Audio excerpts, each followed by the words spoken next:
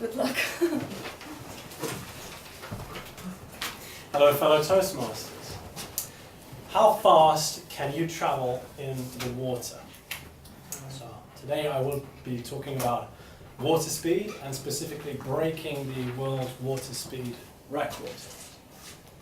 Our story begins with a young boy called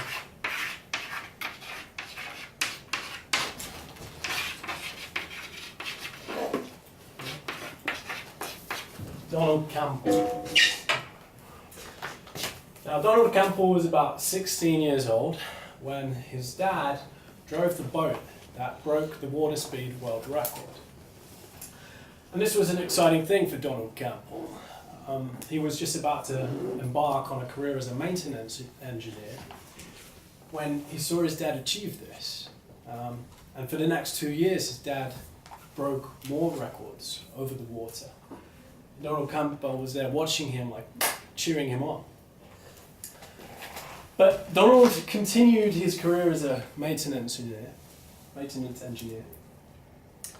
until in about 1947, when his dad unfortunately died of a stroke, and that happened on New Year's Eve. It was at this point that Donald changed his mind and decided to step into the driving seat. So he used his dad's boat, which was called the Bluebird K4. Now, this boat was a hydroplane, and a hydroplane is a plane that travels on water, and it travels so fast that the nose of the boat lifts up. So it's designed specifically so that air will flow over the nose of the boat and push it back down again. And that way it can travel even faster. Bluebird K4 was a propeller-powered hydroplane. That's important. So Donald stepped into this boat, sat in this boat, and it was in a lake in Lancashire that he first drove this boat. And he tried to break his dad's record, but he couldn't beat it. He came very, very close, but he didn't even manage to match it. So he had to come back the next year. He returned there in the summertime to the same lake after making a few modifications to the boat. And he tried again, but the same thing happened. He just couldn't beat his dad's record. It was at that time that he got some news that there was a man in America also competing in this water speed race called Stanley Sayers, and he'd just broken the record 30 kilometers an hour faster than Donald's dad. So at this point, Donald was pretty mad, pretty furious. He thought, all right, what can I do? I'll go back into the garage and I'll make some more modifications on the boat. So that's exactly what he did. And while he was modifying the Bluebird K4, he received an invitation from Italy. And that invited him to go to Lake Garda and compete in a Grand Prix race on the water. Donald raised $33,000 to get to that race, and on the first test run, his boat flipped over and it broke the propeller and the engine of the boat. Now, luckily, at that point, this Grand Prix was delayed because of bad weather. So Donald took his opportunity. He fixed the boat, fixed the propeller, fixed the engine, and just managed to enter the race on time. And for that, he was awarded with the Oltranza Cup, the Cup of the Grand Prix, which is amazing. So this put Donald on a new high. So he thought, what I'll do is I'll go out and I'll try and break that water speed record again, beat that American guy.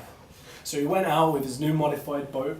He went onto a lake called Coniston Lake, which is 8 kilometers long, and he drove the boat as fast as he could, and he got it up to 270 kilometers an hour, which was the new world record. And then there was a structural failure in the boat, and it flipped over, hit the water, and it was completely wrecked, unrepairable. So Donald was alive, luckily, despite the fact of being very disappointed. And again, moments after that, he understood that this American guy, Stanley Sayers, had actually just hit 286 kilometers an hour, breaking the record that he's literally just set. So again, he hit a wall, and he was furious, he was mad, and he was thinking, I've got no boat, no record, nothing. For a while he didn't know what to do, but then two designers approached him And he said, what I'm going to do is design a new revolutionary boat. And he called it the Bluebird K7. And at the time, it took him 3 years to design and build this boat. And it was revolutionary because the structural frame, the metal framework of the boat, was actually stronger than the structure of a contemporary military jet aircraft at the time. And this boat was designed to travel 400 kilometers an hour on the surface of the water, which is incredible. So, being a daredevil, he decided to get in this boat, take it down to a longer lake, which is called Ullswater Lake. It's in England. It's 15 kilometers long. And he raced this boat. And he hit 325 kilometers an hour and survived that, which is absolutely amazing. At that point, he went on to keep breaking his own record. He broke it another 7 times. He took the speed from the original 286 kilometers an hour, which was the American guy set, up to 444 kilometers an hour on the water, which is completely amazing. And he managed to hold that record for 12 years straight.